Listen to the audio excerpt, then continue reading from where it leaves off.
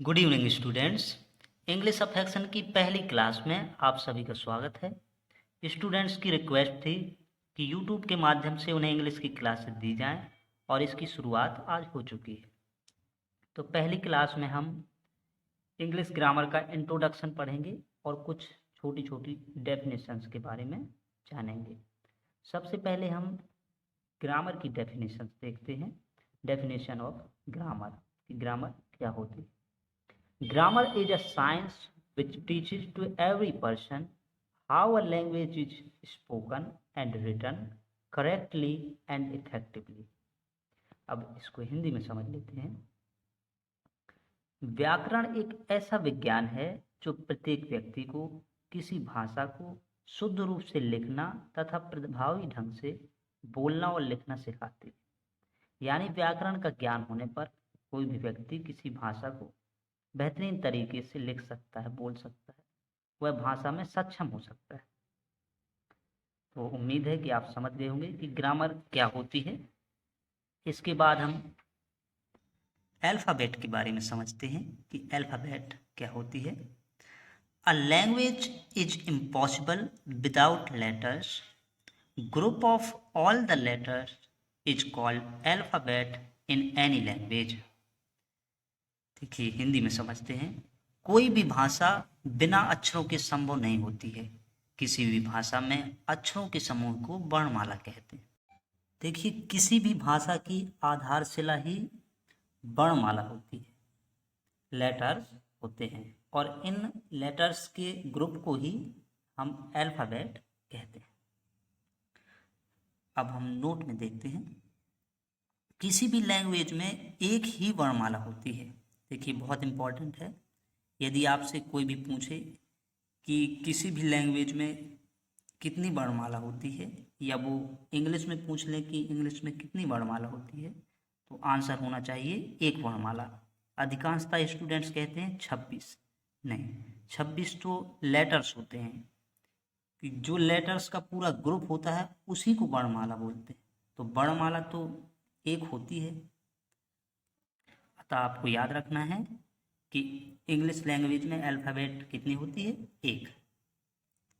अब अगला पॉइंट है कि अंग्रेजी वर्णमाला में कुल 26 अक्षर या वर्ण होते हैं। There are 26 letters in English alphabet.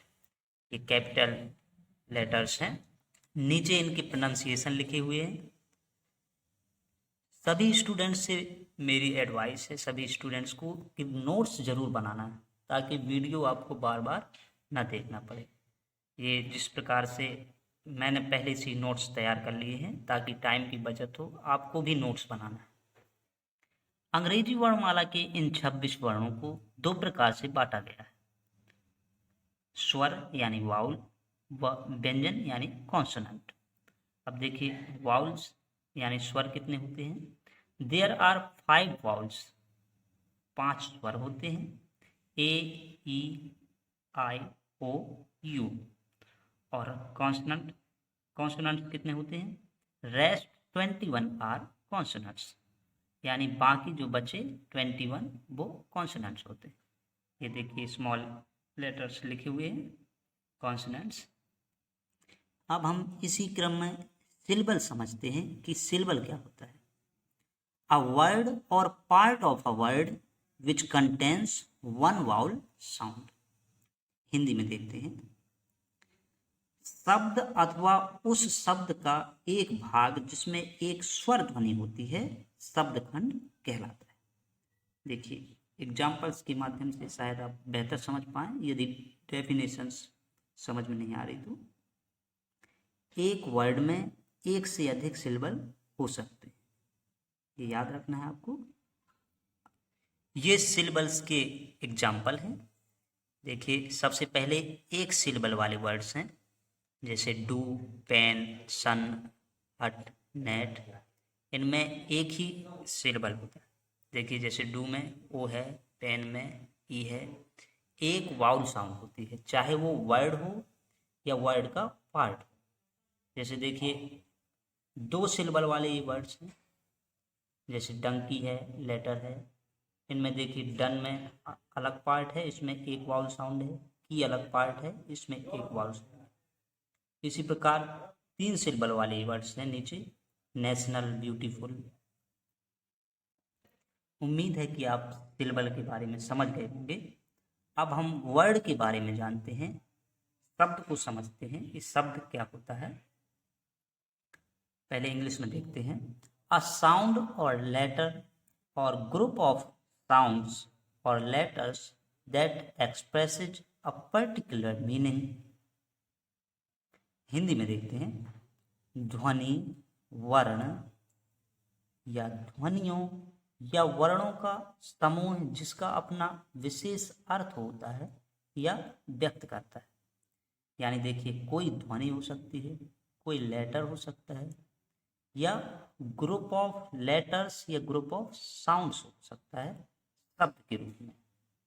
जैसे देखिए एग्जाम्पल है नीचे, ये लेटर्स मिले, ये तो कैट बन गया पहले नंबर में। फिर दूसरे में ये लेटर्स मिले तो एप्पल हो गया। तीसरे में लेटर्स मिले तो 8 हो गया। ये क्या है?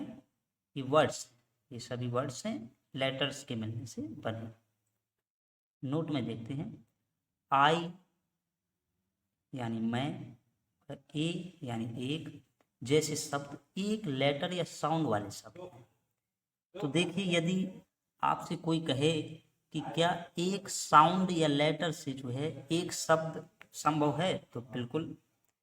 यदि उससे कंप्लीट अर्थ की अनुभूति हो, जैसा कि हमने डेफिनेशंस में भी देखा है कि एक साउंड या लेटर से भी जो है एक शब्द संभव है, तो ये आपको याद रखना है।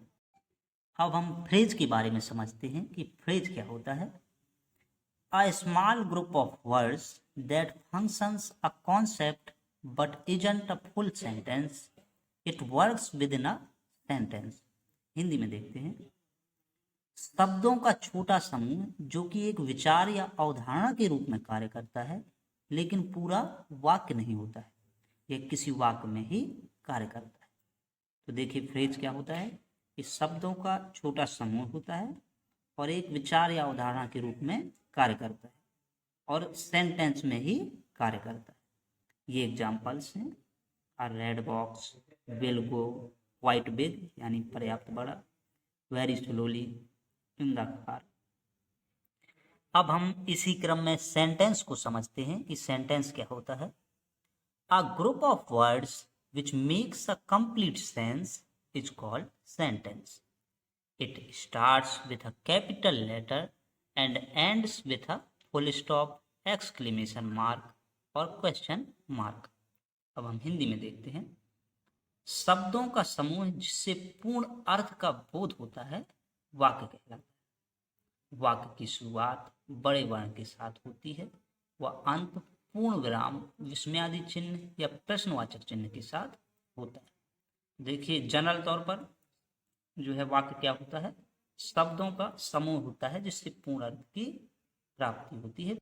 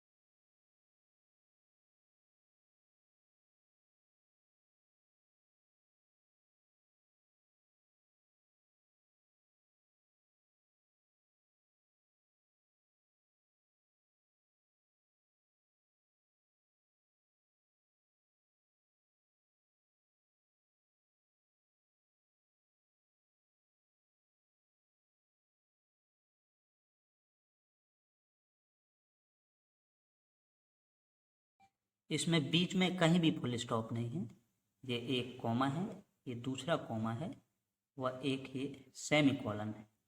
ये पूरा क्या है, एक सेंटेंस है और एक थीम का पूरा कार्य कर रहा है, इसलिए ये एक पैराग्राफ है। हिंदी में देखिए, इसको समझ लें।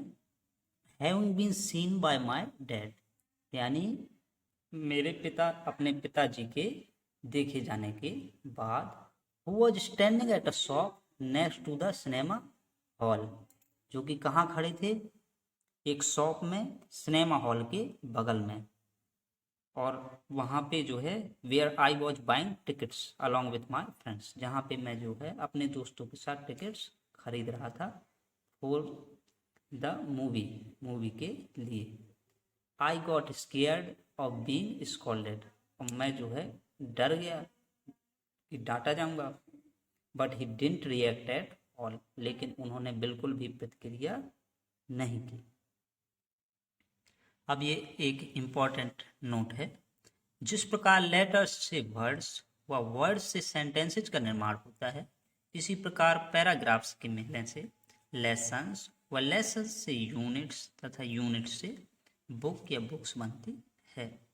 यानी हमने अभी तक जैसे पढ़ा कि लेटर्स से वर्ड्स, वर्ड्स से सेंटेंसेज का निर्माण होता है, इसी प्रकार जैसे पैराग्राफ्स मिल गए तो लेसन या लेसन्स का निर्माण होता है, व लेसन्स के मिलने से यूनिट्स तथा यूनिट्स के मिलने से बुक या बुक्स बनते हैं।